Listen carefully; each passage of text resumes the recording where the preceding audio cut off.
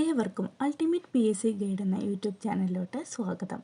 നമ്മൾ ഇന്ന് പഠിക്കാൻ പോകുന്നത് ചട്ടമ്പി സ്വാമികളെ കുറിച്ചാണ്. നോക്കാം. ചട്ടമ്പി സ്വാമികൾ ജീവിത കാലഘട്ടം 1853 മുതൽ 1924 വരെ.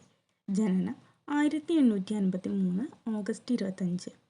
മലയാള മാസം ചിങ്ങം 11 1029.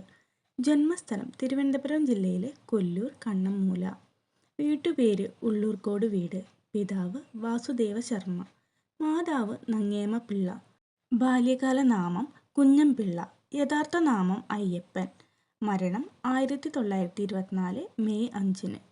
മലയാള മാസം മേടം 23 1099. ജാതി മതവർഗ വിവേചനത്തിനതീതമായി മനുഷ്യ സമൂഹത്തിൻ്റെ ക്ഷേമവും ഐശ്വര്യവും ലക്ഷ്യമാക്കി പ്രവർത്തിച്ച നവോത്ഥാന നായകനാണ് ചട്ടമ്പി സ്വാമികൾ.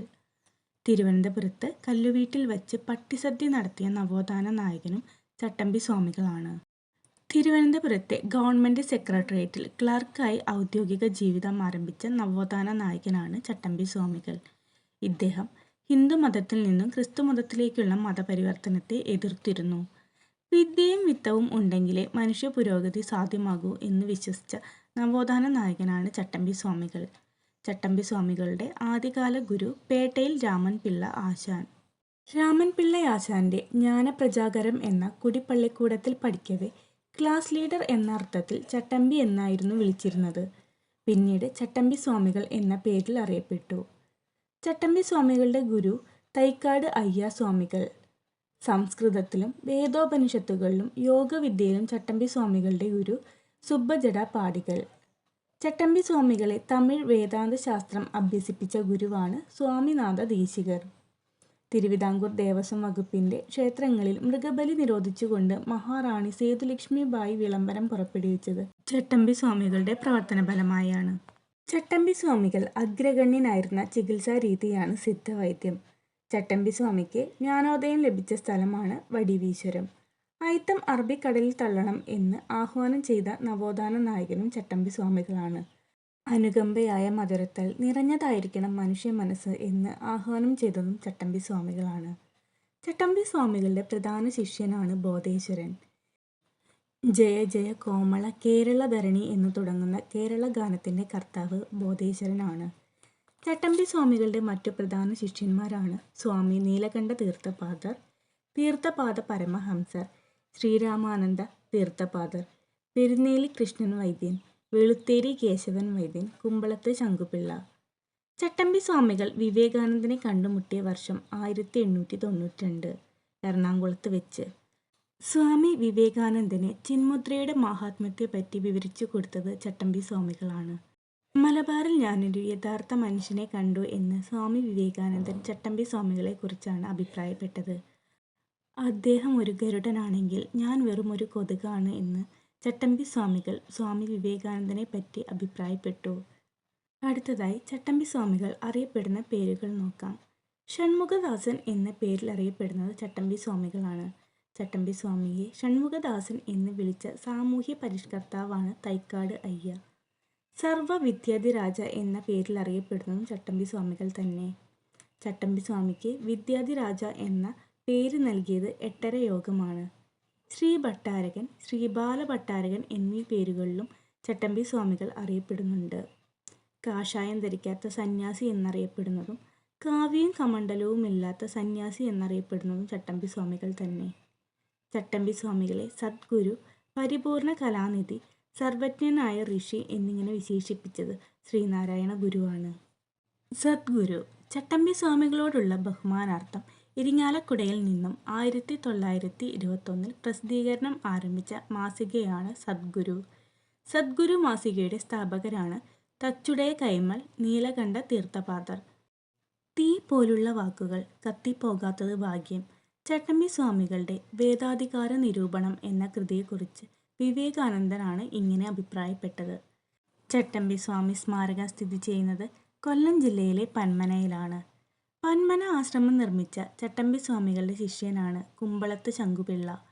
ചട്ടമ്പി സ്വാമികളുടെ സമാധി സ്ഥലത്ത് അദ്ദേഹത്തിൻ്റെ ശിഷ്യന്മാർ ചേർന്ന് സ്ഥാപിച്ച ക്ഷേത്രമാണ് ബാലഭട്ടാരക ക്ഷേത്രം. ചട്ടമ്പി സ്വാമികളുടെ പ്രധാന കൃതികളാണ് അദ്വൈത ചിന്താ പദ്ധതി, കേരളത്തിലെ ദേശനാമങ്ങൾ ആദിഭാഷ, അദ്വൈതവരം, മോക്ഷപ്രദീപ ഖണ്ഡനം, ജീവകാരുണ്യ നിരൂപണം, പുനർജന്മ നിരൂപണം, വേദാധികാര നിരൂപണം, വേദാന്തസാരം. പ്രാചീന മലയാളം അദ്വൈത പഞ്ചരം, സർവമത സാമരസ്യം, പരമഭട്ടാര ദർശനം, ബ്രഹ്മത്വ നിർഭാസം, ശ്രീചക്ര പൂജാകൽപ്പം, ക്രിസ്തുമത നിരൂപണം, തമിഴകം, തവരത്നഹാരാവലി, പരമശിവസ്തവം, മനോനാശം, തർക്കരഹസ്യരത്നം, ദ്രാവിഡ മാഹാത്മ്യം, ഭാഷാപത്മപുരാണം, പ്രണവവും സാങ്ഖ്യദർശനവും, ശരീരതത്വസംഗ്രഹം, പിള്ളതാലോലിപ്പ്. ചട്ടമ്പി സ്വാമികളുടെ ഏറ്റവും വലിയ കൃതിയാണ് പ്രാചീന മലയാളം.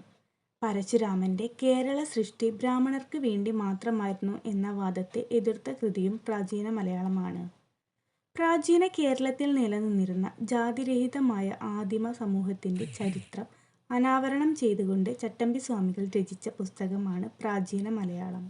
ചട്ടമ്പി സ്വാമികൾ പരിഭാഷപ്പെടുത്തിയ സുന്ദര സ്വാമികളുടെ തമിഴ് കൃതിയാണ് നിജാനന്ദ വിലാസം. ദ്വൈത ഭാവന എന്ന പേരിലാണ് പരിഭാഷപ്പെടുത്തിയത്. മനുഷ്യ സമുദായത്തിന്റെ ആദ്യ ഭാഷ തമിഴാണെന്ന് വാദിക്കുന്ന ചട്ടമ്പി സ്വാമികളുടെ കൃതിയാണ് ആദിഭാഷ.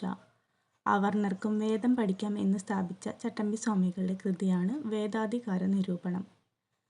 ക്രിസ്തുമത സഭകളുടെ പ്രവർത്തനങ്ങളെയും മതം മാറ്റത്തെയും എതിർത്ത കൃതി ക്രിസ്തുമത നിരൂപണം.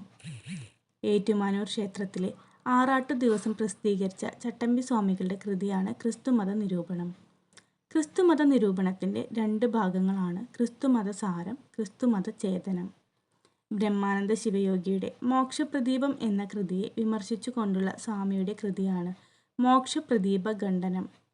അഗസ്ത്യർ എന്ന തൂലികാനാമത്തിൽ ചട്ടമ്പി സ്വാമികൾ രചിച്ച കൃതിയാണ് തമിഴകം. ചട്ടമ്പി സ്വാമികളോടുള്ള ആദരസൂചകമായി ഇന്ത്യൻ തപാൽ വകുപ്പ് സ്റ്റാമ്പ് പുറത്തിറക്കിയത് 2014 ഏപ്രിൽ 30-ന്.